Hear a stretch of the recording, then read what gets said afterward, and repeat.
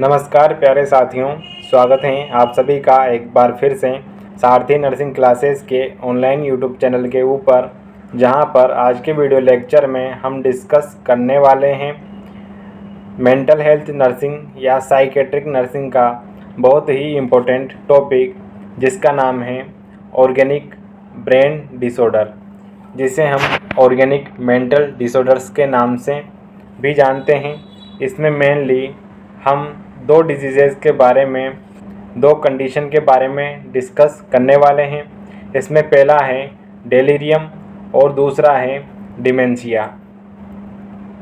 तो चलिए दोस्तों स्टार्ट करते हैं और सबसे पहले देखते हैं इस टॉपिक से बनने वाले इम्पोर्टेंट क्वेश्चंस, जो कि एग्ज़ाम के पॉइंट ऑफ व्यू से बहुत ही इम्पोर्टेंट होते हैं। इसमें पहला क्वेश्चन है define the organic brain disorder, describe the its types, aetiology, clinical feature and management. यह 16 नंबर के अंदर एग्ज़ाम में क्वेश्चन पूछा जाता है। इसके बाद सेकंड क्वेश्चन है difference between acute mental disorder and chronic mental disorders. यह 8 नंबर के अंदर क्वेश्चन पूछा जाता है, यानी कि डेलीरियम और डिमेंशिया के अंदर डिफरेंस पूछा जाता है। थर्ड क्वेश्चन है short notes, organic brain disorders क्या होते हैं। यह 4 नंबर के अंदर क्वेश्चन पूछा जाता है। और फोर्थ वन है डेलीरियम और डिमेंशिया। यह शॉर्ट नोट्स के रूप में एग्ज़ाम में क्वेश्चन पूछा जाता है 4 नंबर के अंदर। तो ये थे दोस्तों कुछ important questions.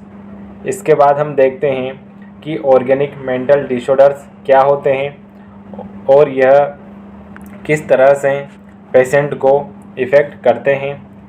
It is also known as organic brain disorder, OBD, organic mental syndrome और ऑर्गेनिक साइकोसिस। यानी कि जो ऑर्गेनिक मेंटल डिसऑर्डर्स होते हैं, यह एक प्रकार के ऐसे डिसऑर्डर्स होते हैं जो कि ऑर्गेनिक कोज यानी कि ब्रेन या ऑर्गन के डैमेज होने के कारण होते हैं। इन्हें हम ऑर्गेनिक ब्रेन डिसऑर्डर्स या ऑर्गेनिक मेंटल सिंड्रोम, ऑर्गेनिक साइकोसिस के नाम से जानते हैं। सिंड्रोम का मीन्स होता है ग्रुप ऑफ डिजीजेस। इसमें वेरियस टाइप्स की डिजीजेस के सिम्टम्स एक साथ दिखाई देते हैं पेशेंट के अंदर। और साइकोसिस मीन्स मेजर मेंटल इलनेस होती हैं, जिसे हम साइकोसिस कहते हैं। और एक दूसरी तरह की माइनर मेंटल इलनेसेस होती हैं, जिन्हें हम न्यूरोसिस के नाम से जानते हैं। अब देखते हैं ऑर्गेनिक मेंटल डिसऑर्डर्स या ऑर्गेनिक ब्रेन डिसऑर्डर्स की definition. Organic mental disorders are behavioural और psychological disorders associated with sudden और परमानेंट ब्रेन डिसफंक्शन। यानी कि जो ऑर्गेनिक मेंटल डिसऑर्डर्स होते हैं, वह एक प्रकार के बिहेवियरल और साइकोलॉजिकल डिसऑर्डर्स होते हैं, जिनके अंदर सडन और परमानेंट ब्रेन डिसफंक्शन देखने को मिलता है। यानी कि इस कंडीशन के अंदर पेशेंट में एक्यूट या क्रोनिक या हम कह सकते हैं सडन और परमानेंट ब्रेन डिसफंक्शन देखने को मिलता है। यानी कि पेशेंट के जो ब्रेन के फंक्शंस होते हैं, कॉग्निटिव फंक्शंस, वह अल्टर्ड हो जाती हैं, डिस्टर्ब हो जाते हैं। इसके बाद सेकंड डेफिनेशन है organic brain syndrome is defined as a state of cerebral dysfunction associated with a disturbance in consciousness, cognition, mood, affect and behaviour in the without any drug infection और a metabolic कोज। यानी कि organic brain syndrome एक प्रकार की cerebral dysfunction state होती है, जिसके अंदर डिस्टर्बेंस इन कॉन्शियसनेस, यानी कि पेशेंट की जो कॉन्शियसनेस होती हैं, अलर्टनेस होती हैं, उसमें डिस्टर्बेंस दिखाई देता है। कॉग्निशन डिस्टर्ब हो जाता है, यानी कि पेशेंट की सोचने समझने की एबिलिटी नहीं होती है, क्षमता लॉस हो जाती है। मूड अफेक्ट यानी कि पेशेंट के जो इमोशंस होते हैं वह डिस्टर्ब हो जाते हैं, पेशेंट का बिहेवियर डिस्टर्ब हो जाता है। इन द विदाउट एनी ड्रग्स यानी कि बिना किसी ड्रग्स के, इन्फेक्शन के और मेटाबॉलिक कोज के, यानी कि ऑर्गेनिक ब्रेन डिसऑर्डर्स के अंदर किसी भी तरह का बॉडी से रिलेटेड कोज नहीं होता है। इसका कोज हमेशा एक्सटर्नल या फिज़िकल कोज देखने को मिलता है पेशेंट के अंदर। तो ये थी दोस्तों ऑर्गेनिक मेंटल डिसऑर्डर्स की डेफिनेशन।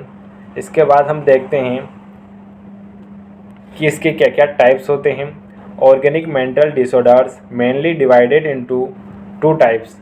इसमें पहला है एक्यूट ऑर्गेनिक मेंटल डिसऑर्डर, यानी कि ऐसा ऑर्गेनिक डिसऑर्डर जो कि सडनली ऑनसेट होता है, एक्यूट ऑनसेट होता है। इसे हम डेलीरियम के नाम से जानते हैं। क्रोनिक ऑर्गेनिक मेंटल डिसऑर्डर यानी कि ऐसा मेंटल डिसऑर्डर जो कि लंबे समय तक चलता है, जिसका ऑनसेट क्रोनिक होता है। इसे हम डिमेंशिया के नाम से जानते हैं, जो कि जिसमें मेमोरी का लॉस देखने को मिलता है। Organic mental disorders are behavioural और psychological disorders associated with cognitive impairment, यानी कि जो मेंटल डिसऑर्डर्स होते हैं वह बिहेवियरल और साइकोलॉजिकल डिसऑर्डर्स होते हैं जो कि कॉग्निटिव इम्पेयरमेंट से एसोसिएटेड होते हैं। यानी कि जो पेशेंट होता है उसका कॉग्निशन यानी कि सोचने और समझने की क्षमता लॉस हो जाती है, जिसके कारण पेशेंट का बिहेवियर और थिंकिंग थॉट डिस्टर्ब देखने को मिलता है। तो ये था दोस्तों ऑर्गेनिक मेंटल डिसऑर्डर्स के टाइप्स।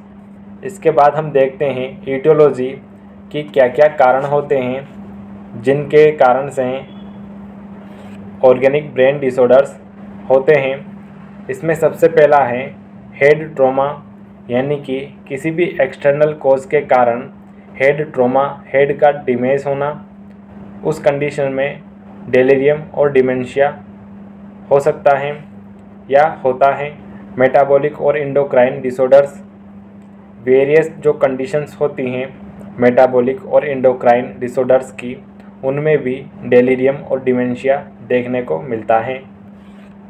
इसमें एग्जाम्पल की हम बात करें जैसे कि हाइपोग्लाइसेमिया और हाइपोथायरॉयडिज्म की कंडीशन में देखने को मिलते हैं। सब्सटेंस रिलेटेड यानी जो पेशेंट सब्सटेंस एब्यूज़ करते हैं उनमें भी ऑर्गेनिक ब्रेन डिसऑर्डर्स होने की संभावना होती है। मेडिकेशन इंड्यूस्ड यानी कि कभी कभी जो मेडिकेशंस होती हैं उनके इंटॉक्सिकेशन और टॉक्सिकेशन के कारण भी ओबीडी देखने को मिलता है। Severe anaemia and vitamin deficiency, severe anaemia की कंडीशन यानी कि हाइपोवोलेमिया या फ्लूइड लॉस होने की कंडीशन में, और विटामिन डेफिशिएंसी यानी कि फ्लूइड इलेक्ट्रोलाइट इम्बैलेंस की कंडीशन में भी हमें ऑर्गेनिक ब्रेन डिसऑर्डर्स देखने को मिल सकते हैं।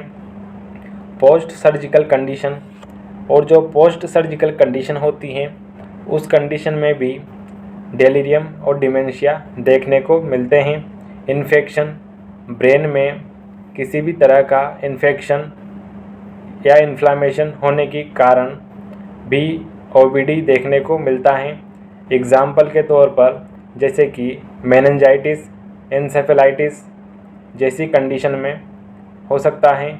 सेरेब्रोवैस्कुलर स्ट्रोक, यानी कि जो ब्रेन की माइनर ब्लड वेसल्स होते हैं उनमें थ्रोम्बस बनने के कारण ब्लड की सप्लाई इम्पेयर्ड हो जाती है और वहाँ पर इन्फेक्शन देखने को मिलता है, जिसे हम स्ट्रोक के नाम से जानते हैं।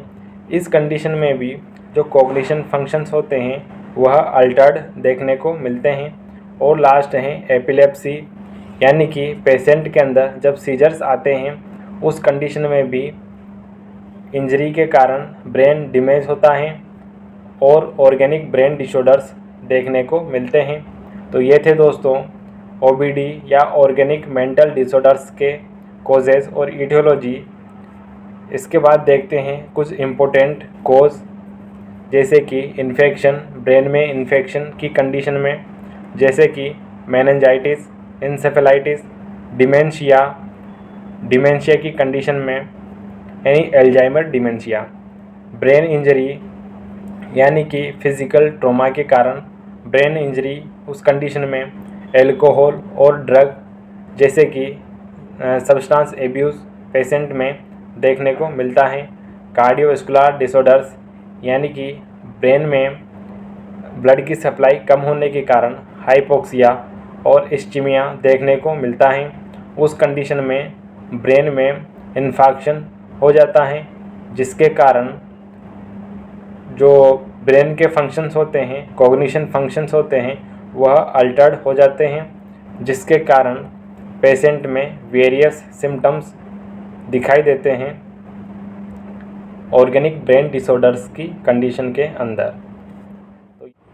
इस वीडियो लेक्चर में हम देखने वाले हैं कि डिमेंशिया क्या होता है और इसका मैनेजमेंट किस तरह से किया जाता है। तो चलिए दोस्तों और देखते हैं कि इस टॉपिक से कौन कौन से इम्पोर्टेंट क्वेश्चन बने हुए हैं। इसमें पहला क्वेश्चन है, define the organic brain disorder, describe the dementia and its types, aetiology, clinical manifestation, medical and nursing management. यह 16 नंबर के अंदर क्वेश्चन पूछा गया है एग्ज़ाम के अंदर। इसके बाद सेकंड क्वेश्चन है, define the chronic brain disorder, describe the its types, aetiology, sign and symptoms, medical and nursing management. यह 12 नंबर के अंदर क्वेश्चन पूछा गया है एग्ज़ाम में। इसके बाद थर्ड क्वेश्चन है शॉर्ट नोट, जिसके अंदर डिमेंशिया और एल्जाइमर्स डिमेंशिया पूछा जाता है 4 नंबर के अंदर। ये थे दोस्तों nursing important question.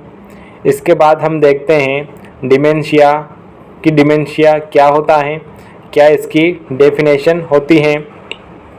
Dementia is an organic brain disorder in which impairment in intellectual power, memory and personality but without impairment in consciousness। यानी कि जो डिमेंशिया होता है यह एक प्रकार का ऑर्गेनिक ब्रेन डिसऑर्डर होता है जिसके अंदर इम्पेयरमेंट और डिस्टर्बेंस देखने को मिलता है इंटेलेक्चुअल पावर का, यानी कि पेशेंट की जो सोचने समझने की एबिलिटी होती है वह डिस्टर्ब हो जाती है। मेमोरी इम्पेयर्ड देखने को मिलती हैं, यानी कि मेमोरी लॉस हो जाती है। एंड पर्सनैलिटी, जो पेशेंट का बिहेवियर होता है वह चेंज हो जाता है विदाउट इम्पेयरमेंट इन कॉन्शियसनेस। और इस कंडीशन के अंदर जो पेशेंट की कॉन्शियसनेस होती हैं, अलर्टनेस होती हैं, वह अफेक्ट नहीं होती हैं, यानी पेशेंट फुली कॉन्शियस होता है। इसके बाद हैं it is also called as senility, most common in old age above 65 years. जो डिमेंशिया होता है इसे सेनिलिटी भी कहा जाता है क्योंकि यह एज रिलेटेड होता है और मोस्ट कॉमनली यह ओल्ड एज के अंदर देखा जाता है। अबव 65 ईयर्स ओल्ड पर्सन के अंदर देखा जाता है। इसके बाद हैं dementia is a syndrome in which there is deterioration and disturbance in memory, thinking, behavior and the ability to perform everyday activities।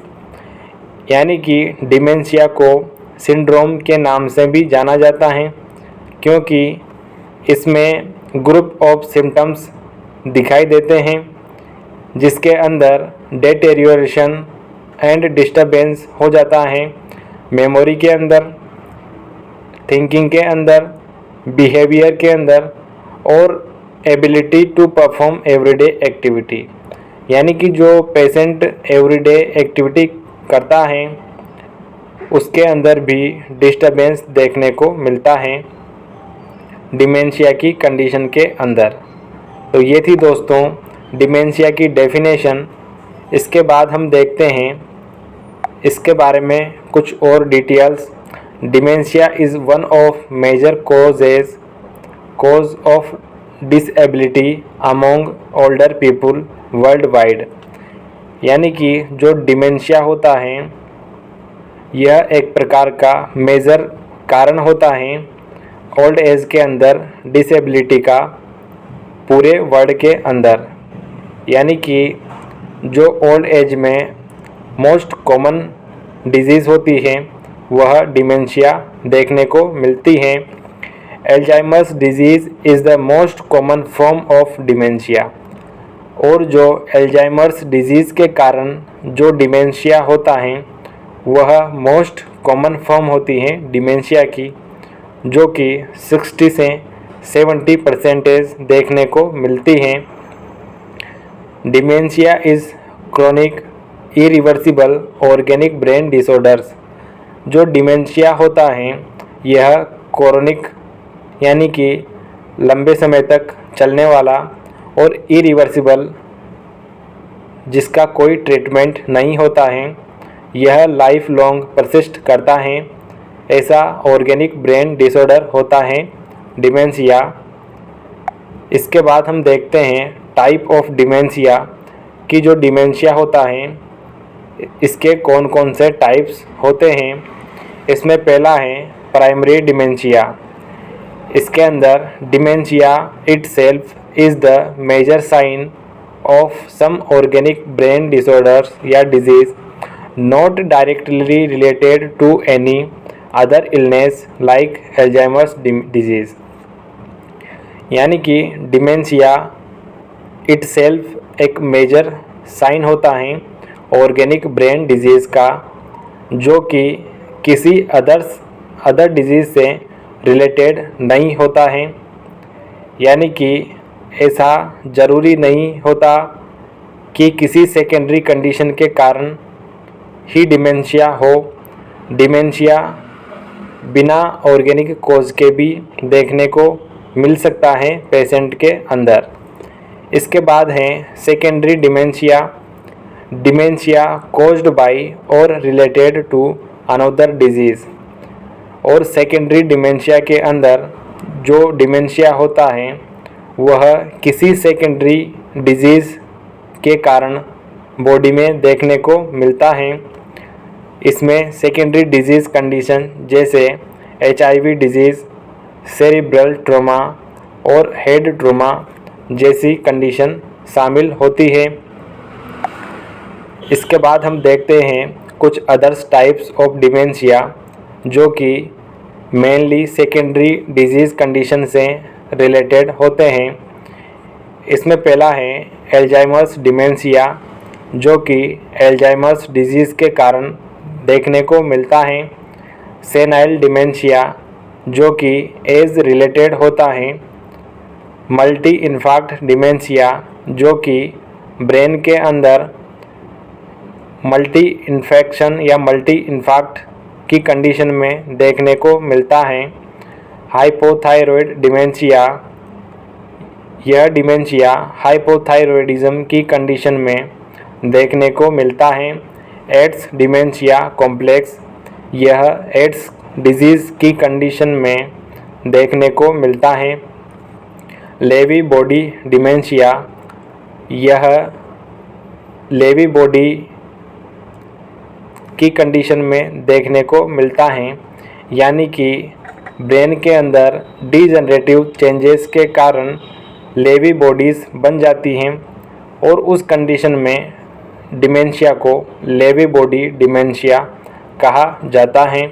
Metabolic dementia, इस कंडीशन में जो मेटाबॉलिक प्रोसेस होती हैं वह डिस्टर्ब हो जाती हैं, जिसके कारण डिमेंशिया देखने को मिलता है।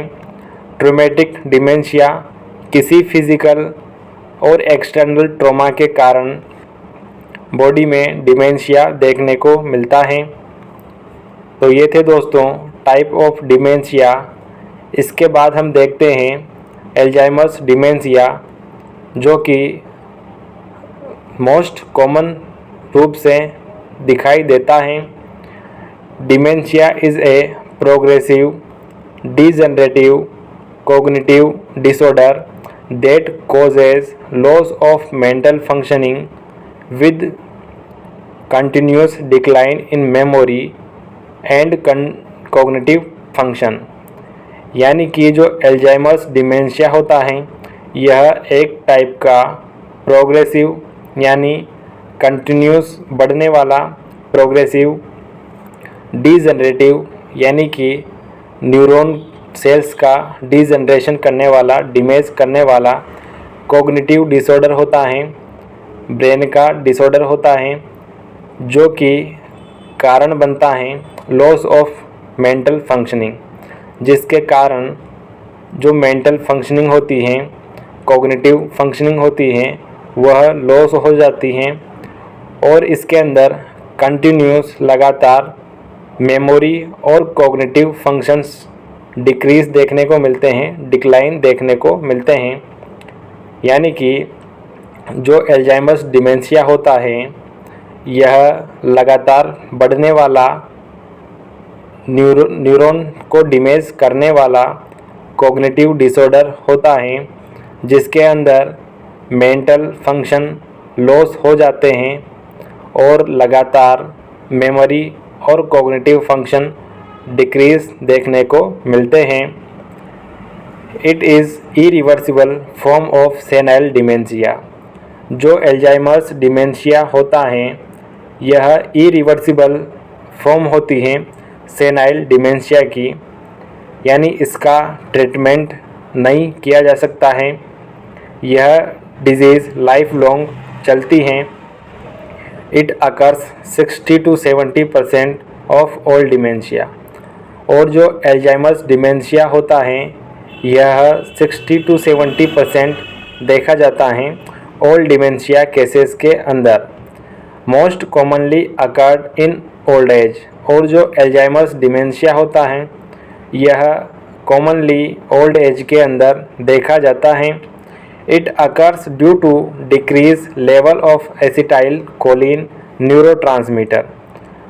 और एल्जाइमर्स डिमेंशिया के अंदर जो न्यूरोट्रांसमीटर होता है एसिटाइल कोलिन, इसका लेवल डिक्रीज देखने को मिलता है।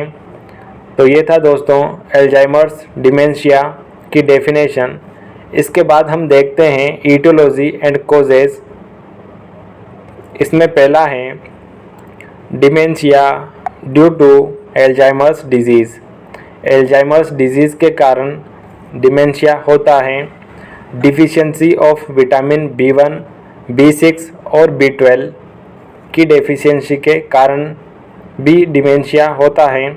ड्यू टू हेड ट्रॉमा के कारण, due to HIV disease, human immunodeficiency virus disease के कारण, neurodegenerative disease, Creutzfeldt Jakob disease के कारण, ड्यू टू डिजनरेटिव डिजीज़ यानी कि लगातार न्यूरॉन का डिमेज होता है उस कंडीशन में, जैसे कि Alzheimer's disease, Parkinson disease, Huntington's disease और पिक्स डिजीज़। इन सब कंडीशन के अंदर डिमेंशिया देखने को मिलता है, जो कि मोस्टली मेमोरी लॉस देखा जाता है डिमेंशिया के अंदर। इसके बाद क्लिनिकल मैनिफेस्टेशन की क्या क्या साइन एंड सिम्टम्स दिखाई देते हैं पेशेंट के अंदर। इसमें पहला है कॉग्निटिव चेंजेस, यानी कि पेशेंट की जो कॉग्निटिव प्रोसेस होती हैं, सोचने की, समझने की एबिलिटी और कैपेसिटी होती हैं, उसमें क्या क्या चेंजेस देखने को मिलते हैं। रिसेंट मेमोरी लॉस, यह कार्डिनल साइन होता है डिमेंशिया का, इसके अंदर रिसेंट मेमोरी लॉस देखने को मिलती हैं, यानी कि with in half an hour में जो भी वर्क किया है पेशेंट ने वह भूल जाता है पेशेंट। इस कंडीशन को एमनेजिया कहा जाता है। डिफ़िकल्टी कम्युनिकेटिंग और फाइंडिंग वर्ड्स, और पेशेंट को कम्युनिकेशन में डिफ़िकल्टी होती है। डिफ़िकल्टी रीजनिंग और प्रॉब्लम सॉल्विंग, पेशेंट को रीजनिंग में यानी तार्किक कार्य करने में और प्रॉब्लम सॉल्विंग में डिफ़िकल्टी होती है। डिफ़िकल्टी हैंडलिंग कॉम्प्लेक्स टास्क, और पेशेंट को जो कॉम्प्लेक्स टास्क होते हैं वह करने में डिफ़िकल्टी होती है। Difficulty with planning and organising, patient को किसी फंक्शन को, किसी वर्क को करने में डिफ़िकल्टी होती है, उसकी प्लानिंग और ऑर्गेनाइज करने में डिफ़िकल्टी होती है, परेशानी होती है। Difficulty with coordination and motor functions, patient को डिफ़िकल्टी होती है कोऑर्डिनेशन में, बॉडी बैलेंस में, और जो मोटर फंक्शंस होते हैं, जो वॉलंटरी फंक्शंस होते हैं, बॉडी के मूवमेंट होते हैं, उनमें डिफ़िकल्टी होती है।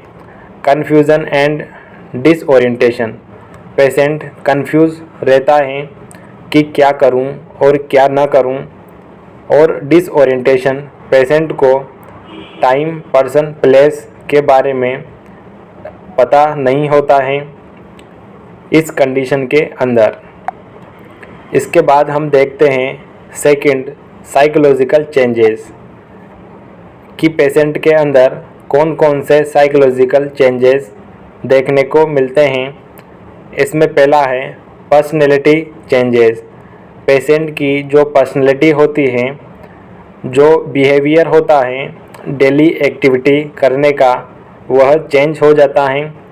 डिप्रेशन, पेशेंट डिप्रेस्ड रहने लगता है, उसमें म्यूटिज़म और ऑटिस्टिक थिंकिंग देखने को मिलती है, यानी कि जो पेशेंट होता है वह अलग रहने लगता है और गुमशुदा की तरह रहता है, गुमसुम रहता है। एंजाइटी, पेशेंट को अपकमिंग कंडीशन के लिए एंजाइटी होती है। इन एप्रोप्राइट बिहेवियर, पेशेंट का जो बिहेवियर होता है वह बिगड़ जाता है, बिजार बिहेवियर या विचित्र बिहेवियर देखने को मिलता है। Paranoia, believe that others persons harm me, यानी पेशेंट के अंदर डेल्यूजन ऑफ परसिक्यूशन देखने को मिलता है, जिसके अंदर पेशेंट को लगता है कि कोई पर्सन उसे मारने वाला है, हार्म पहुंचाने वाला है। एजिटेशन, मोटर रेस्टलेसनेस, पेशेंट का जो मूवमेंट होते हैं, बॉडी मूवमेंट्स, वह एबनॉर्मल हो जाते हैं।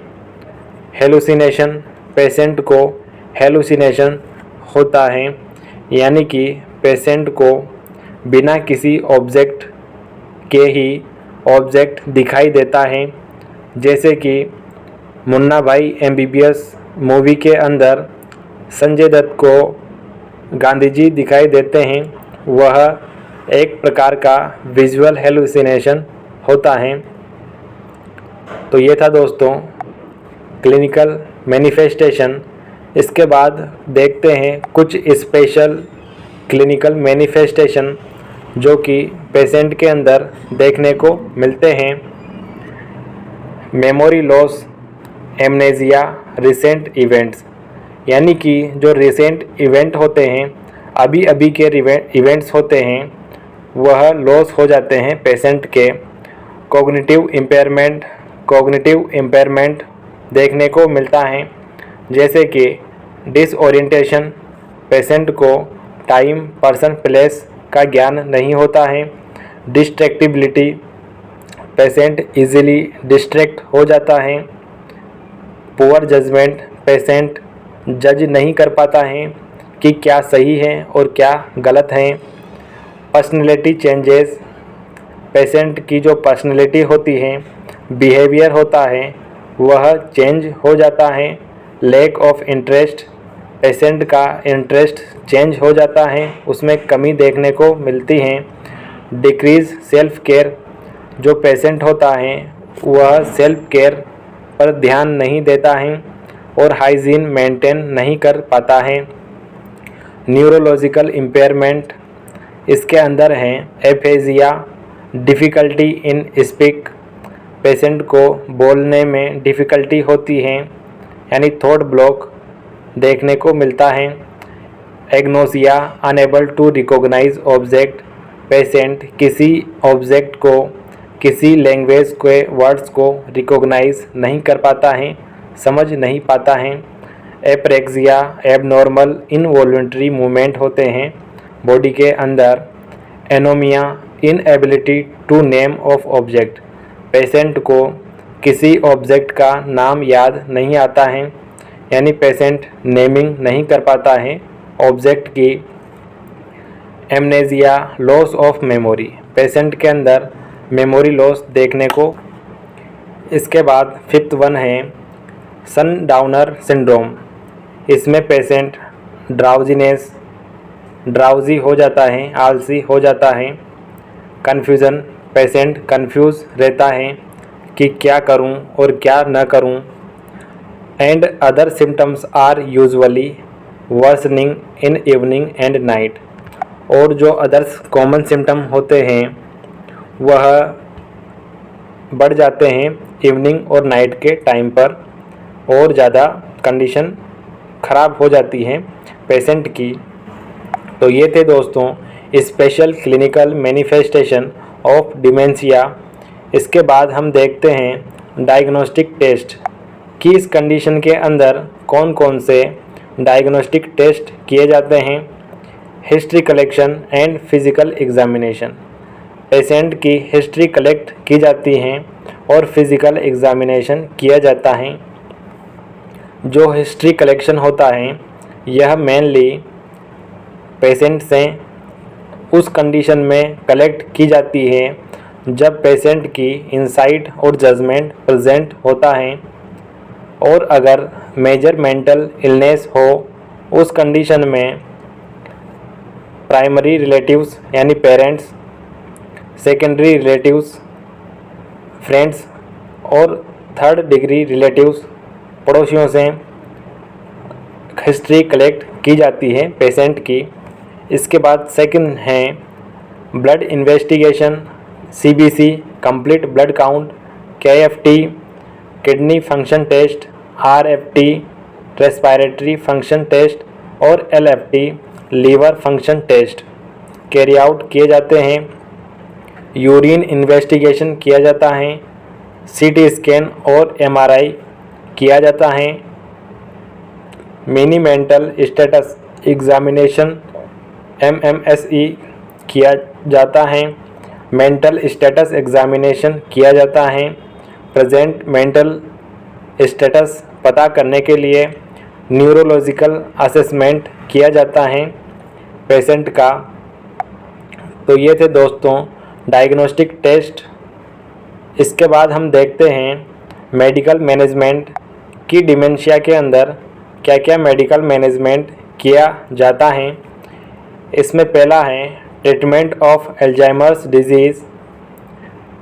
एल्जाइमर्स डिजीज़ के ट्रीटमेंट के लिए टेक्रीन हाइपोक्लोराइड कॉग्नेक्स ब्रांड की मेडिकेशन प्रोवाइड की जाती है। डोनेपेजिल हाइड्रोक्लोराइड एरिसेप्ट या एरिकेप्ट मेडिकेशन प्रोवाइड की जाती है। एंटीसाइकोटिक मेडिकेशन जिसमें risperidone, haloperidol, olanzapine, clozapine medication provide की जाती हैं। Benzodiazepines for insomnia and anxiety. Insomnia means जो स्लीप वेक साइकिल होती है, पेशेंट के उठने जागने सोने का जो टाइम होता है वह डिस्टर्ब हो जाता है, उस कंडीशन को इंसोम्निया कहा जाता है। एंटी डिप्रेसेंट फॉर डिप्रेशन जैसे कि इमिप्रामाइन मेडिकेशन दी जाती हैं। कोलिनेस्टरेज इनहिबिटर्स जो कि एसिटाइलकोलिन के लेवल को इंक्रीज करती हैं और साइकोथेरेपी दी जाती है पेशेंट को। इसके बाद हम देखते हैं नर्सिंग केयर कि इस कंडीशन के अंदर क्या क्या नर्सिंग केयर प्रोवाइड की जाती है पेशेंट को। Patient provide safe environment to protect injury. Patient को इंजरी से प्रिवेंट करने के लिए सेफ एनवायरनमेंट प्रोवाइड किया जाता है। Indirect light source in room. Patient के जो रूम होता है उसमें इनडायरेक्ट लाइट सोर्स रखा जाता है, यानी पेशेंट को थोड़ा डार्क रखा जाता है। Educate about proper use of medications. Patient को और फैमिली मेम्बर्स को मेडिकेशंस के यूज़, साइड इफ़ेक्ट और विड्रॉवल इफ़ेक्ट के बारे में एजुकेट किया जाता है। Educate about adverse side effect of drug के साइड इफ़ेक्ट के बारे में बताया जाता है। Provide patient cool and calm environment. Patient को cool and calm environment provide किया जाता है। Provide psychological support. Patient and family members को साइकोलॉजिकल सपोर्ट प्रोवाइड किया जाता है। Provide adequate fluid intake regularly. Patient को प्रॉपर फ्लूइड इंटेक करवाया जाता है। Provide laxatives for constipation. और कॉन्स्टिपेशन के रिलीव के लिए लैक्सेटिव्स प्रोवाइड किए जाते हैं। इसके अलावा और भी नर्सिंग केयर इसमें ऐड की जा सकती हैं। तो ये था दोस्तों आज का हमारा बहुत ही इम्पोर्टेंट टॉपिक, जो कि एग्ज़ाम के पॉइंट ऑफ व्यू से बहुत ही इम्पोर्टेंट होता है। आई होप आज का वीडियो लेक्चर आपको पसंद आया होगा। इसी प्रकार के और अन्य वीडियो लेक्चर्स के लिए बने रहिए हमारे साथ। Thank you so much.